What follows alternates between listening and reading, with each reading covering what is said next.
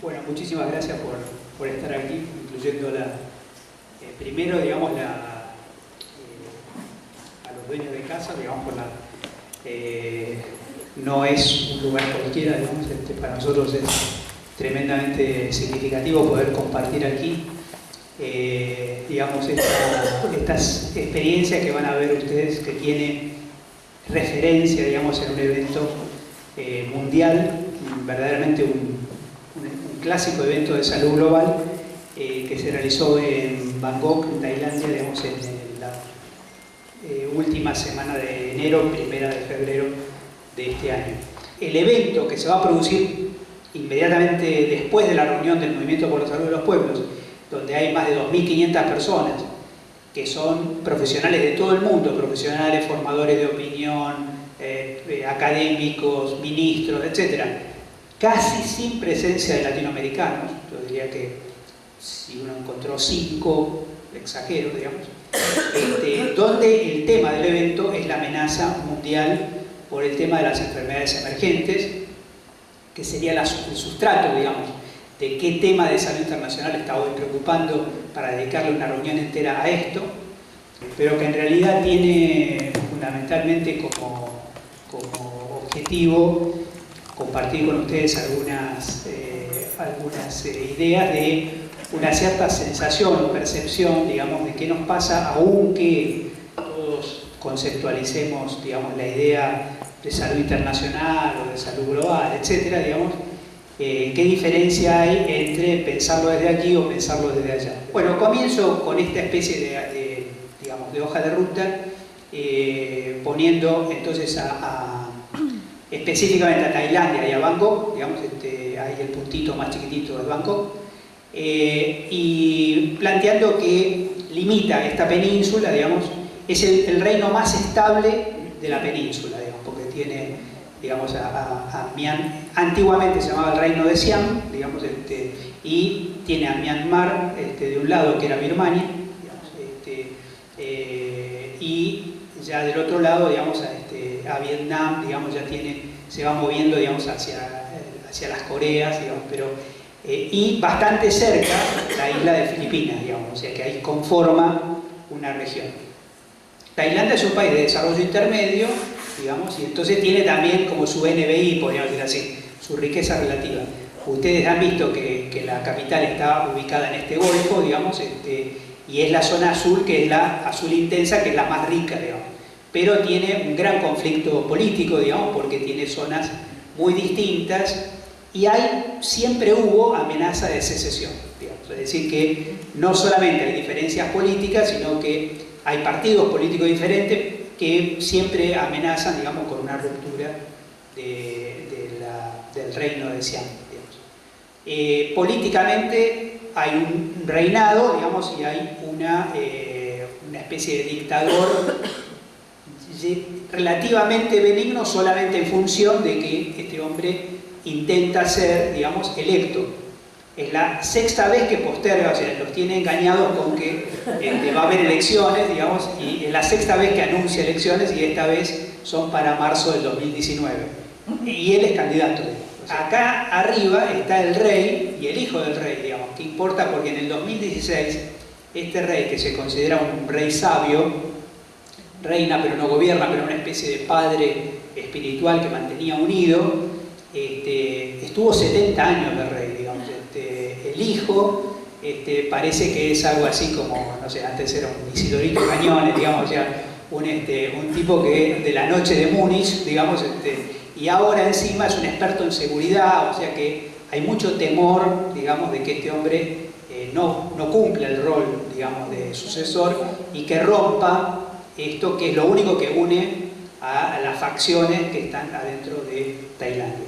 Con respecto al tema de salud global, yo creo que todavía nosotros vivimos, digamos, en una especie de mundo que ya no es, digamos, ¿no? Y ese mundo que ya no es tiene como un implícito que es el tema del pacto social, según el cual, más o menos, aunque sabemos que entre el capital y el trabajo no hay isonomía, imaginamos a un Estado que trata de regular las relaciones capital-trabajo.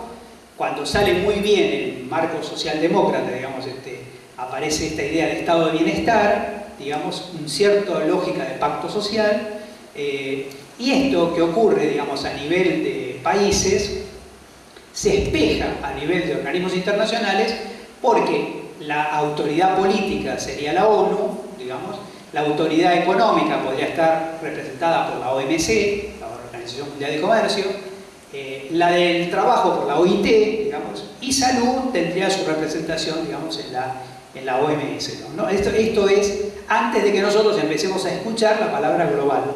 Ahora, la palabra global produce un efecto muy claro, viene a encubrir, digamos, el tema de que el capital se sale de este pacto, digamos, a partir de la lógica del capital offshore, digamos, ¿no?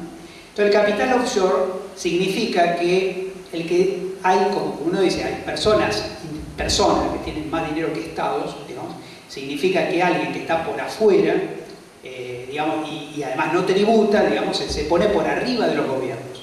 O sea, es un actor político porque está arriba de los gobiernos. Entonces, este capital offshore va a producir un efecto que es la sensación que uno tiene, digamos, que la política está por debajo de la economía, o sea que la economía está por arriba de la política, luego zafó del juego, digamos. En ese zafar del juego, zafa en un lado, zafa en el otro, digamos, y entonces aparece su propia ONU, digamos, ¿no? La ONU del capital es Davos. Entonces, si yo hoy tengo que discutir, digamos, sobre política de salud global a nivel mundial, es tan importante como estar estudiando a la OMS, es estar estudiando a Davos, digamos. Porque si Christine Lagarde dice en Davos, digamos, que el problema fundamental es que las personas estamos viviendo demasiado, digamos, que hay que hacer algo urgente, está haciendo política de salud desde Davos, ¿no? Está, por ejemplo, empujando a todos los países a bajar, a alargar la edad jubilatoria, a bajar las remuneraciones, digamos, porque hay que hacer algo ya, digamos, ¿no? Vale la pena señalar esto porque esta semana viene, digamos, Lagarde, digamos, por primera vez después de 15 años, lo cual parece una fiesta, digamos, pero sabemos nosotros que no es una fiesta, digamos, y qué importante fue que el Fondo Monetario no viniera por 11 años a la Argentina, ¿no? Ni siquiera viene a la Argentina, viene porque va a haber una reunión del G20, digamos, pero de todas maneras va a venir a revisar las cuentas. En ese marco, por supuesto, hay un intento, no menor, porque además está ocurriendo ahora, lo pongo a chiquitito, digamos, pero el Foro Social Mundial nació, entre otras cosas, para imaginar contraponerse a Davos. Y las señales, por ejemplo, que por muchos años el Foro Social Mundial se reunió la misma fecha de Davos. O sea, como para marcar claramente que, y recordemos que ahí estuvo Lula, digamos que ahí estuvo Evo Morales, ahí estuvo Correa, ahí estuvo Chávez, digamos, en el Foro Social Mundial, y está ocurriendo ahora mismo en Bahía. Desde el punto de vista de los actores, se han constituido dos actores que entran en alianza, pero esta alianza no es fácil, porque hay como historias distintas, digamos. Esto es una super caricatura, digamos, pero ALAMES fue fundado hace 32 años, hay un fuerte énfasis en determinación social del proceso de salud, enfermedad, atención, muchos de ustedes hasta el hartazgo, digamos. El referente precursor es Juan César García, digamos, fue consultor de la OPS cuando va creando un poquito esa asociatividad, y a su muerte, digamos, a su fallecimiento, se produce el clima de creación de ALAMES hace 32 años. Comenzó por la producción académica en ciencias sociales de salud, pero siente que tiene que avanzar hacia una alianza cada vez más fuerte con los movimientos sociales. El Movimiento por la Salud de los Pueblos fue fundado hace 18 años, en el 2000, con énfasis en que salud para todos era más importante que el APS, que a su vez es un medio, ¿no? La idea de que la APS haya triunfado y salud para todos haya sido ocultada, digamos, es una forma de decir eso no era lo que habíamos dicho ni lo que habíamos acordado en Alma Ata, digamos, salud para todos fue un año antes, en el 77, pero de todas maneras, digamos, esta es como una prédica del referente precursor, como Juan César García, que es Haldan Mahler. O sea, Mahler sintió la necesidad, cuando ve que salud para todos en el año 2000 no ocurre, digamos, de decir, bueno, no ocurre porque hay una falla estratégica que cometimos, digamos, que los gobiernos se comprometan no alcanza. Digamos. O sea, salud para todos necesita, digamos, pueblos formados, militantes, organizados para que las cosas ocurran. Y entonces el movimiento por la salud de los pueblos, digamos, lo que intenta como criterio básico, digamos, es fundamentalmente generar una gran movida de democratización del saber y del poder en salud para constituir un actor social mucho más amplio que no le facilite a los gobiernos, por ejemplo, digamos, negociar la salud, digamos, en términos de nos conviene invertir o no nos conviene invertir, cuando entramos, salimos y el derecho a la salud pasa a ser una cosa declamatoria. Promueve la vigilancia de la OMS, tiene de hecho un observatorio de la OMS, y está un poquito con esta idea de la OMS es buena, pero si se la vigila es mejor, ¿no? Es decir, que, o sea, póngale fuerte control, sobre todo desde que se percibe que la OMS cada vez tiene menos financiamiento de los países y cada vez tiene más financiamiento de la filantropía internacional, digamos, básicamente en punta, digamos, Bill y Melinda Gates. En ese marco aparece este tema de agenda, que al principio uno dice hay tantos temas de agenda, digamos, de la salud pública y demás, ¿por qué gastar una reunión en esto, digamos, ¿no? Bueno, hay un pequeño problema, digamos, y el pequeño problema es que caminamos hacia una era pre-antibiótico, ¿no? Y caminamos quiere decir que lo que uno puede, a lo mejor, que su abuelo le contó, digamos, que la gente se moría de escarlatina, que la gente se moría de sífilis terciaria, que la gente se moría... Todo eso puede volver a ocurrir, digamos, porque los antibióticos, las bacterias aprendieron, digamos. Y los antibióticos, en realidad, digamos, entraron en una curva decreciente, entre otras cosas porque no se invierte en nuevos antibióticos. Vamos a ver cómo queda planteado eso. Pero desde el punto de vista económico, quiero mencionarlo porque, digamos, alguna cosa por ahí la paso después más rápido, pero desde el punto de vista sanitario y desde el punto de vista económico, en 10 años hay una proyección que indica que podría ser, digamos, como causa de muerte más importante que el cáncer, digamos, y como costo del sistema de salud pasar a uno de los 5 principales costos de todo el sistema de salud. Esto expresado en términos de días camas innecesarios, reinternaciones innecesarias, reintervenciones quirúrgicas innecesarias, digamos, complicación de trasplantes, etcétera, etcétera, etcétera. Piensen que hay prácticas enteras que no se pueden hacer sin antibióticos, como puede ser un trasplante, como puede ser una diálisis renal, como puede decir, hay muchas cosas que sin antibiótico no se pueden hacer. Ahora, ¿qué arma el mapa conceptual de por qué las enfermedades infecciosas emergentes? Por esta mezcla de la mega urbanización, digamos, bueno, Bangkok es un ejemplo, digamos, de las mega ciudades asiáticas, por el tema, digamos, del uso de antibióticos en los animales, y acá quiero sí instalar algo que en el mundo de salud para mí se conoce poco, a lo mejor yo digo algo que ustedes conocen, entonces yo cambio esta idea, pero los antibióticos no se le dan a los animales para que se curen de nada. O sea, los antibióticos se le dan a los animales porque mejora el crecimiento, se lo usa como factor de crecimiento en animales normales, generando, digamos, una diferencia sustancial en la tasa de crecimiento porque altera la flora bacteriana, digamos, atacando predominantemente los gram positivos, digamos, a favor de los gram negativos, hay un efecto osmótico ahí.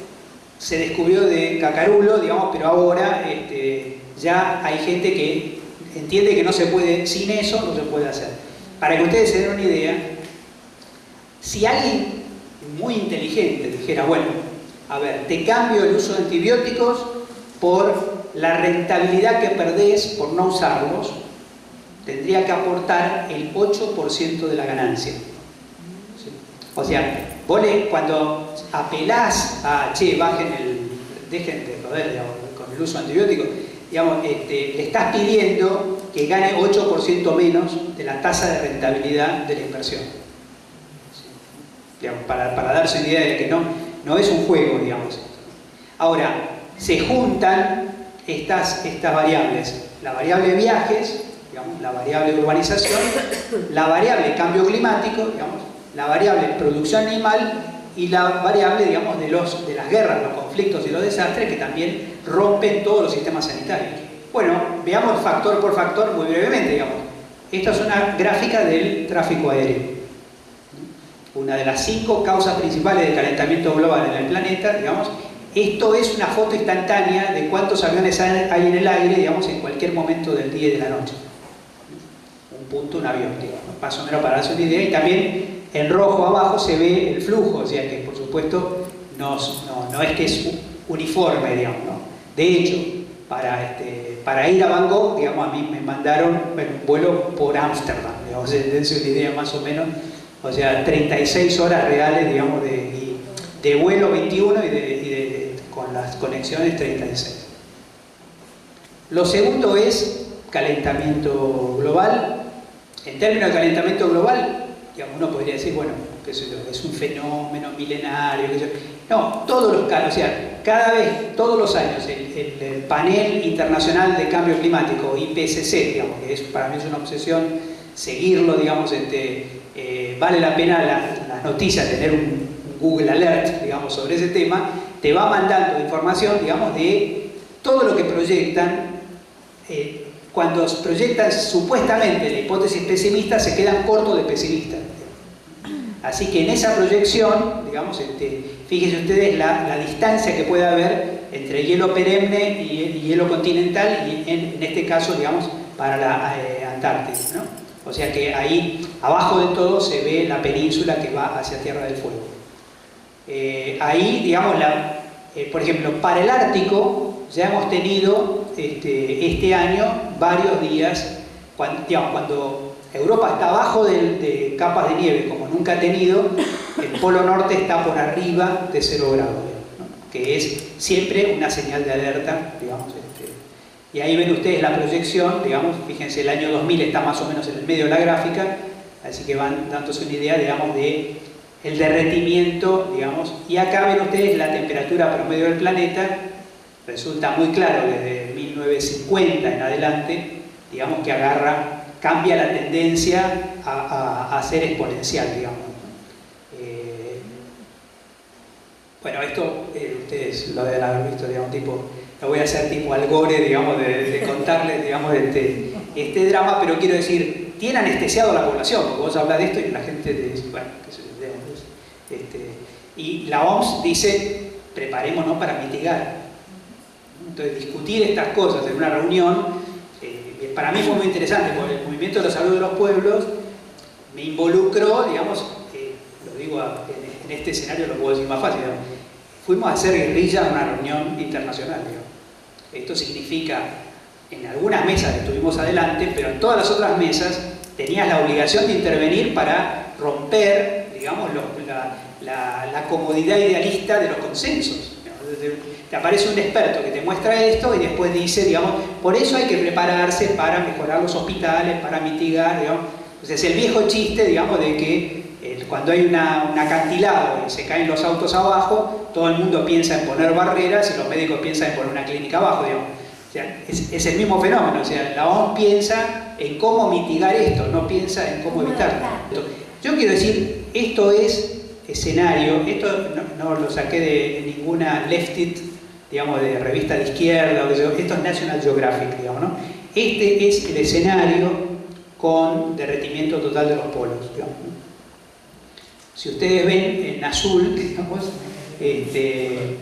este lugar donde estamos ahora, digamos, pasaría a ser un lugar subterráneo, digamos, y tendríamos agua tapando prácticamente casi hasta Misiones, digamos. Y, digamos, por supuesto que uno puede decir, bueno, pero qué sé yo, esto nunca va a ocurrir, digamos, ¿no? Bueno, se acelera de que va a ocurrir, y esto, ustedes saben que es el A68, es un pedazo del Larsen C, digamos, es un cacho de Antártida, digamos, de 120 kilómetros de largo, que si uno lo pone en proyección en la provincia de Buenos Aires, sería eso, no sé si llega a ver, digamos, pero digamos, es prácticamente de acá a Chascomús, digamos, ¿no? O sea, de acá a Chascomús de largo y de acá a Luján de ancho, digamos, más o menos para darse una idea de lo que salió a flotar, desprendiéndose, digamos, del hielo continental de la Antártida. Y no es el único desprendimiento, porque hay desprendimiento del otro lado, digamos que nosotros no lo vemos porque está, digamos, dando más para el lado de Oceanía. Esto es población. este es otro factor fundamental. O sea, ¿de qué número estamos hablando? Estamos hablando de que en 1972 había 3.000 millones de personas, éramos 3.000 millones. En el 2019 vamos a ser 7.000 millones. En el 2050 vamos a ser 9.800 millones. Entonces, y si ustedes ven cómo acá es cada puntito es 1 millón de personas, digamos. Si ustedes ven la curva, hay una animación muy interesante, digamos, que viene desde, digamos, incluso toma, podríamos decir así, desde la edad antigua, digamos. Se va viendo como todo es aburrido, digamos, verlo, porque no pasa nada, por siglos y siglos no pasa nada. Cuando llega a 1950, digamos, es como que alguien le pega una acelerada y produce este efecto, digamos, y como ustedes ven acá, digamos, la densidad de puntitos de millón es tanta que prácticamente la población, o sea, forma una masa, digamos, ¿no? Y entre otras cosas Tailandia está ahí, digamos, ¿no?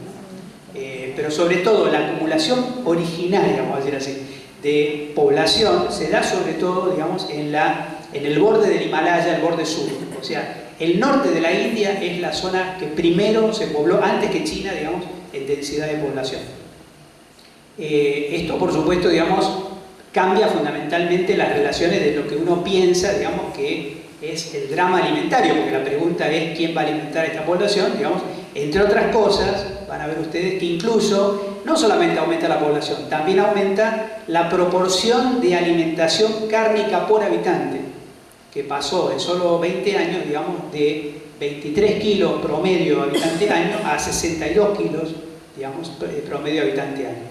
Es decir, que calculen ustedes que, digamos, en la Argentina hay más vaca que personas, digamos, bueno, calculen qué necesidad de proteínas animales, digamos, va a haber a futuro y qué pasa si todas esas proteínas animales se producen con antibióticos como parte de la alimentación. Aquí se ve la proyección de, vieron estas infografías que hacen, digamos, de cómo va a crecer la población. La población va a crecer muchísimo, pero ustedes ven que en América Latina el juego es otro, digamos. Así que tampoco hay que descartar el hecho de que empiecen a vernos como un lugar, digamos, de erradicación, digamos, qué sé yo, por lo menos. Ven ustedes que África es el lugar que más va a crecer. Y yo quiero darles solamente una pincelada de tamaño de población. Voy a decir una cosa muy antigua, pero algún contemporáneo tengo en la sala, digamos. Entonces, ustedes se acuerdan, digamos, que 25 millones de argentinos ganaremos el mundial, era la frase de eso. Bueno, en la India nacen 25 millones de pibes todos los años. Así que, digamos, que sí, digamos, nace de esa Argentina una Argentina por año, ¿no? Para darse una idea de qué estamos hablando en términos de volúmenes de población. Esto es lo que pasa con la variable población. India, que va a pasar en 6 años a ser el país más poblado, más que China, digamos. África subsahariana, digamos, que también engorda pesadamente, digamos, y el sudeste asiático, que también en proporción aumenta mucho. En América bien se pone media escuálida en proporción, digamos, ¿no? Pero veamos qué pasa con el consumo de carne. El consumo de carne, digamos, produce un efecto de donde lo que estaba pasando nos vamos a menos en población, nos vamos a más en consumo de carne. Y fíjense los colores de Estados Unidos y de Argentina, son los colores más intensos en términos de densidad. Podríamos decir así que hay mejor pronóstico en este país para las vacas que para las personas, digamos, para decirlo de alguna manera, ¿no? Hablando de las 125, etc. Y acá tenemos en realidad lo que es una vaca, digamos, o sea que en promedio los españoles, digamos, le sacaron el cálculo, digamos, 486 miligramos de antibiótico por kilo de carne, digamos. O sea, cada vez que compras un kilo de carne, te compraste un amoxidal 500, digamos, para darle una idea, digamos, fácil para acordarse. En el mundo, el promedio es 50%, o sea, los laboratorios producen el 50% para los animales y el 50% para los humanos.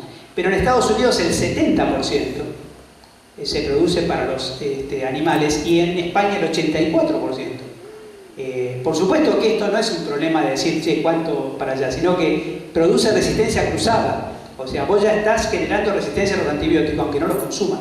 porque en realidad los consumís. En ese marco, digamos, bueno, aparecen algunos detalles que pueden ser interesantes, como por ejemplo, cómo se van cruzando, porque aparece un fenómeno muy interesante, que es la resistencia a los antibióticos. No es resistencia a un antibiótico, sino es resistencia a una familia de antibióticos. Y las familias de antibióticos son muy pocas. Entonces, digamos, una vez que se hace una resistencia, ponerle a los derivados de la penicilina, entran todos en el lote. Digamos. No es que puedes cambiar uno por otro. Para romper la resistencia tenés que cambiar de familia, ¿no? Y hablando de familia, estás hablando de 12 o 14 familias, digamos, en total en el juego. En el 2010, al menos 63.200 toneladas de antibióticos fueron consumidos por animales de la industria ganadera. Pero para el 2030 las predicciones son de aumentar esta cifra a 105.600 toneladas. O sea, hay que imaginarse que viene un tipo en el pienso, digamos, de los feedlot con bolsas de kilo de antibiótico y lo va tirando al voleo, digamos, porque además no es para curar nada. O sea que, así que un animal puede intoxicarse con antibióticos, otro que no le llega nada, digamos, porque el operador distribuye mal, digamos, el antibiótico, y después ese pedazo de carne te tocó a vos, digamos, ¿no? Por más o por menos. Bueno, en Colombia se ve uno de los primeros laboratorios medicamentos que se usó en animales fue la tetraciclina. En realidad fue un descubrimiento de chiripa de Lederle en Estados Unidos, que estaba buscando B12 para suplantar a los pollos, y como querían una B12 barata, y la B12 no es barata, entonces pensaron que había B12 en los residuos de los tanques de tetraciclina. Entonces, de repente vieron que los pollos crecían, digamos, 3 veces más en 25 días con ese suplemento. Pensaron que era la B12, entonces le dieron B12 a otro lote y no crecían, digamos. Entonces, digamos, ahí descubrieron que había algo en el residuo de tetraciclina, así que la oxitetraciclina fue el primer antibiótico utilizado para engorde animal, digamos. Y hay un autor que trabaja, Jeffrey, que tiene un libro que se llama Haciendo Plagas, o sea, Making Plagues.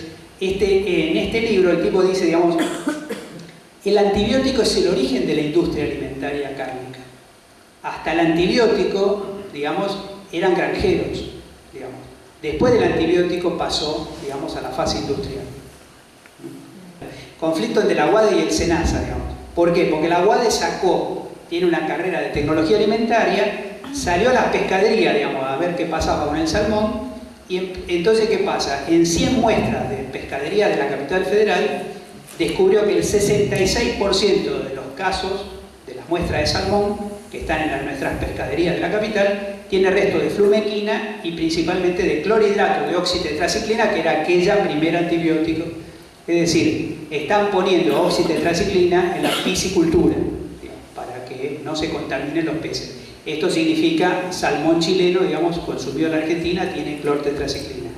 El SENASA se defiende diciendo que no, que está intolerable, digamos, a pesar de que está por arriba del Códex Alimentario, y que la UADE está creando un artefacto. Igual la UADE, por las dudas, después de una reunión que tuvo con el SENASA, lo publicó igual. Ahora, yo le decía que en Estados Unidos el 70% va para la industria alimentaria. Pero ¿qué pasa con la proporción? Es decir, ¿cuál es el mercado global de medicamentos, digamos, por región? Y ustedes ven que Norteamérica, digamos, se lleva el 45% de todos los medicamentos que se producen en el mundo, ¿no? Y el 30% se lo lleva a Europa, digamos, de los cuales algunos países son récord de producción. Entonces, 75% se va específicamente para Europa y Estados Unidos. O sea, no hay una equidad en la distribución de los medicamentos en el mundo, digamos. El 75%, digamos, se lo está llevando, digamos, Estados Unidos y Europa. Todo lo demás consumimos todo el resto, digamos, ¿no? Ahí América Latina aparece con un 4%, digamos, del total de medicamentos.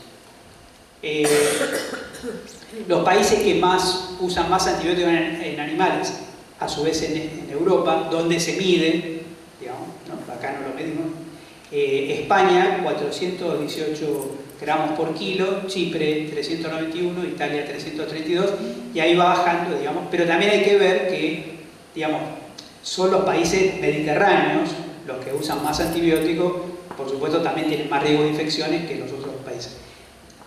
Si uno se mete en detalle, casi diría no comes más nada, pero una de las cosas clásicas es el tema de la leche larga vida, digamos. O sea que se sabe que los productores de leche larga vida pagan multa todos los años porque tienen más antibióticos que lo permitido para que la leche larga vida sea larga vida, digamos. Entonces, digamos, la multa ya está incluida en el costo, o sea, vos pagás la leche más la multa. Las bacterias no empezaron a resistir la semana pasada. Y acá hay una tabla muy interesante para mí, digamos, que es la penicilina, por ejemplo, se empieza a usar clínicamente en el 43, ya hay resistencia clínica en el 54, o sea, en 11 años aparecieron las primeras resistencias. La streptomicina en el 47, en el 56 aparece la resistencia en 9 años. Tetraciclina 4 años, eritro 4, vancomicina aguantó bastante, como 22, gentamicina en 1 año ya había resistencia, fluoroquinolonas 3 años. Esto lo que significa es, una parte de esta batalla es seguir produciendo antibióticos, ¿no? Pero no producimos más antibióticos porque a los laboratorios parece que no les conviene, es muy costoso, digamos, la generación de nuevos antibióticos. Acá tienen ustedes, por década, la producción de nuevas familias de antibióticos. Podríamos decir, en el 20 aparece la penicilina, un antecesor, digamos, algunos ponen productos derivados de arsénico, digamos, el surfactán, digamos, que se usaba salvarsan, que se usaba en sífilis, digamos, como pero, digamos, penicilina pero la penicilina pasó, digamos, casi 40 años en empezar a usarse, digamos, casi 20 años hasta la Segunda Guerra Mundial. En los 40 se producen 7 moléculas, digamos, de familias distintas, en los 50 9, en los 60 5, en los 70 5, en los 80 2, y después no se produce más. O sea, para decirlo así, literalmente hablando, la flota de antibióticos que tenemos ahora son Renault 12, son, digamos, ¿no? Cianditela, digamos, o sea, por eso está buenísimo. Si vos no te actualizás mucho en medicina, en antibióticos estás siempre actualizado, porque no hace falta estudiar, digamos, lo que sabías en la facultad alcanza. El cambio climático produce más enfermedades, usan más antibióticos por el cambio climático. O sea, ninguno de estos factores es aislado, se va armando como una especie de... Uno casi diría, digamos, la teoría de la complejidad podría aplicarse claramente a este fenómeno, porque una cosa te va llevando a la otra y te va llevando a la otra. En sentidos múltiples, te digo. Incluso hay una cosa que yo le dije, entre los 5 primeros causas de calentamiento global o de producción de gases invernadero están los aviones. Dentro de esas 5 primeras causas también está el ganado. O sea, el ganado es herbívoro, ustedes saben, comer muchos vegetales puede producir flatulencias y otra cosa que es un poquito desagradable hablarlo acá, no vamos a entrar en detalles, pero otra cosa es una vaca, digamos, ¿no? O sea, y muchas vacas, 57 millones de vacas, digamos, hacen mucho gas, así, gráficamente, bueno, y ventea, digamos. Eso también forma parte, digamos, de la alteración del cambio climático, ¿no? O sea, estamos cambiando fauna natural por ganado. El ganado, a su vez, se mete en zonas donde había fauna natural. Entonces, hoy es normal en el norte, por ejemplo, tener murciélagos hematófagos que se alimentan de ganado y tener rabia apareciente, digamos, en el ganado como parte de la zoonosis. O sea, porque van avanzando sobre el territorio, igual que la fiebre amarilla, digamos, tiene que ver con que ya ahora los monos en Brasil son urbanos, digamos, o periurbanos. Una enfermedad paradigmática que es la tuberculosis, digamos. Podríamos decir, existió la fantasía de que era una enfermedad que dejaba de ser estigmatizante, grave y demás porque había antibióticos. Ahora hemos creado la tuberculosis resistente a los antibióticos. Esto es todo un capítulo entero, pero no se puede salir de esta lógica. La tuberculosis es la 9ª causa de muerte en el mundo. Mueren 1.670.000 personas, 370.000 de ellas por sinergia con VIH. En el 2015, 480.000 personas ya habían desarrollado tuberculosis multiresistente. Y la tendencia es aumentar. Hay resistencias incluso a 3 drogas, digamos, del cóctel, digamos, de tuberculostáticos. Y acá, esto es una amit, digamos, es un hindú que puso esta transparencia, digamos, la OMS responde a estas cosas con idealismo, más idealismo y más idealismo. Entonces, te ponen, en 2035 terminamos con la tuberculosis, ¿no? Y además se lo cree, digamos, y nadie le pide explicación de cómo es que se va a hacer eso. Entonces, arman una proyección de cuánto dinero hay que poner en investigación y desarrollo para que efectivamente la tuberculosis, digamos. Y cuando ves entre el 11 y el 15, o sea, los 5 primeros años de la meta de erradicación de la tuberculosis, la curva real está en rojo y la curva programada está en azul. Entonces, de la misma manera, en lo programado en ciencias básicas, digamos, ven ahí rojo-azul, rojo el efectivo, azul lo programado, en técnica de diagnóstico, rojo-azul, en tratamientos nuevos, digamos, rojo-azul, en vacunas nuevas, rojo-azul, y en investigación operativa, rojo-azul. Es decir que, literalmente hablando, excepto investigación operativa, en todo lo demás, digamos, podemos decir, hay una inflación de metas, digamos, y una desinflación de inversión.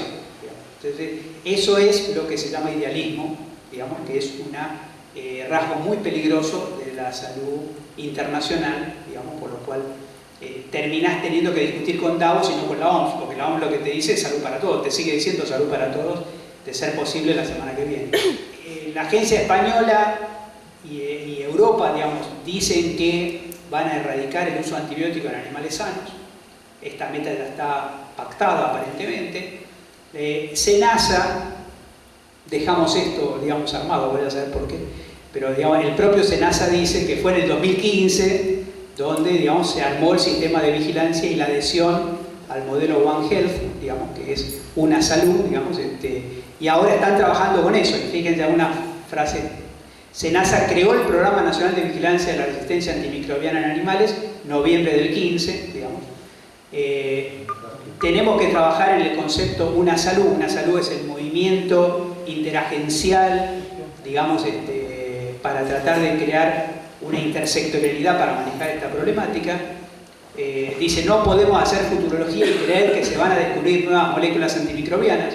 Fíjense con qué claridad lo dice el SENASA, diría con más claridad que el Ministerio de Salud. Si los antimicrobianos actuales pierden efectividad, se pierde un bien de la humanidad no renovable, y las bacterias multiresistentes a los agentes antimicrobianos pueden producir la muerte tanto en las personas como en los animales. También en los animales hay resistencia, por lo cual para los humanos hay un doble riesgo: las infecciones incontrolables, pero también las hambrunas por la falta de proteínas animales, si se producen, digamos, epizootias, digamos, por los animales.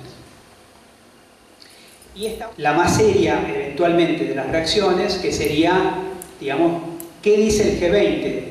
El G20, ustedes saben, son, digamos, los presidentes de los 20 países con el PBI más alto del planeta, digamos.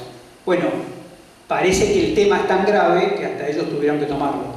Así que en julio del 2017 en Hamburgo pusieron, resalto estas frases: la resistencia a los antimicrobianos representa una amenaza creciente para la salud pública y el crecimiento económico. Quiero decir que esto, traducido, resistencia antimicrobiana, es la RAM, ¿no? Digo esto porque después quizá Macri solamente leyó la RAM, digamos, y pensó que el G20 está contra la RAM, pero contra la resistencia antimicrobiana.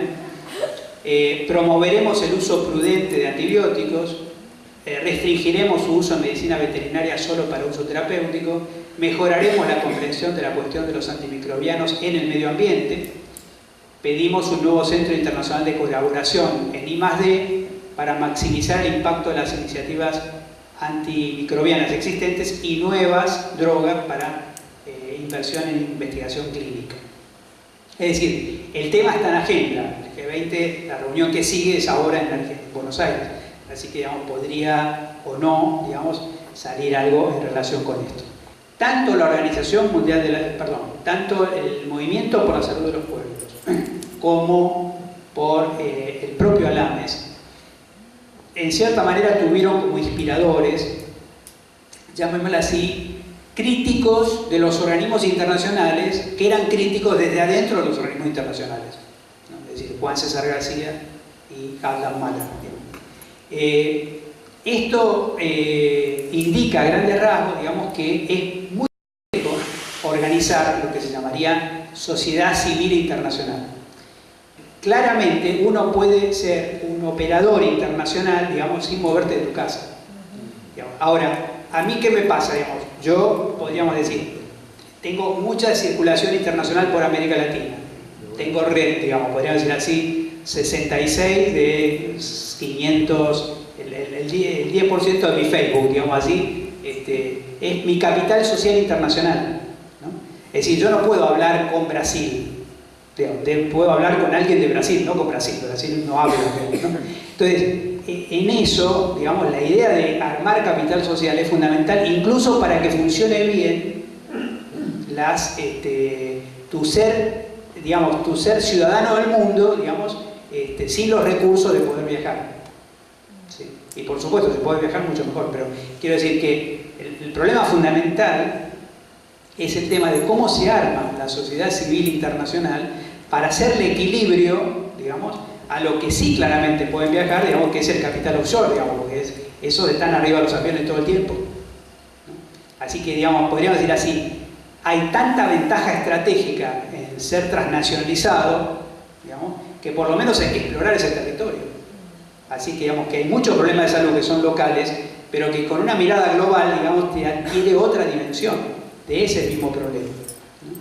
Los que hemos tenido el privilegio, por distintos motivos, digamos, de tener esa expertise, tenemos que socializar, no la técnica de cómo se hace, porque eso digamos, lo saben los pibes, digamos, lo saben mi nieto, digamos, cómo se hace eso. El asunto es la actitud de salir, digamos, del espacio endogámico, digamos, de confort.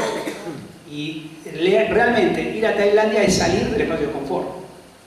Mirar el mundo de otro lugar y sentir esta sensación casi pueblerina de ser latinoamericano, digamos, cuando vos ves, digamos, cómo se están jugando las grandes ligas en otro lado. En definitiva, digamos, la OMS puede darse el regusto, digamos, de dictaminar lo que se le cante, digamos, ignorando América Latina. Digamos, lo puede ignorar y, digamos, salvo algún gobierno que zapatee, digamos, no va a pasar nada. Digamos, ¿no? Pero es mucho más complicado que ignore a la India, digamos, que ignore países que están movilizados claramente y que están vigilando a la OMS. El Movimiento por la Salud de los Pueblos genera un texto, que se llama Global Health Watch, que es un contrainforme de lo que informa la OMS. Eso es mucho laburo. Ahora, podríamos decir así, en América Latina no lo lee nadie, que yo creo que nos tenemos que dar desde cualquiera de las bases organizativas en las que estemos trabajando en este momento. Creo que moverse hacia lo internacional es en cierta manera casi una obligación, digamos, porque si no, no le ponemos el cascabel al gato, digamos, y estos tipos, digamos, por 8% de la ganancia de la industria ganadera, digamos, matan a la madre. Entonces, digamos, no es cuestión, digamos, de una apelación a la buena voluntad, que la OMS haga un llamamiento, que eso, o sea, hay que ponerle el cascabel al gato, digamos, como, a decir así, para ser gráfico, digamos, como Greenpeace pone un tipo delante de una topadora, digamos, o como pone un gomón adelante de un barco ballenero, digamos. O sea que creo que hay que empezar a pensar esa dimensión y bueno, el Movimiento por la Salud de los Pueblos y ALAMES, cada uno con sus estrategias, con sus ideas, está un poco en ese camino, pero está claro que es insuficiente, digamos. O sea que se necesita pelear duramente en el mundo académico, en el mundo de las publicaciones, en el mundo de las reuniones internacionales, en el mundo de la academia y en el mundo de los movimientos sociales. Punto. Muchas gracias.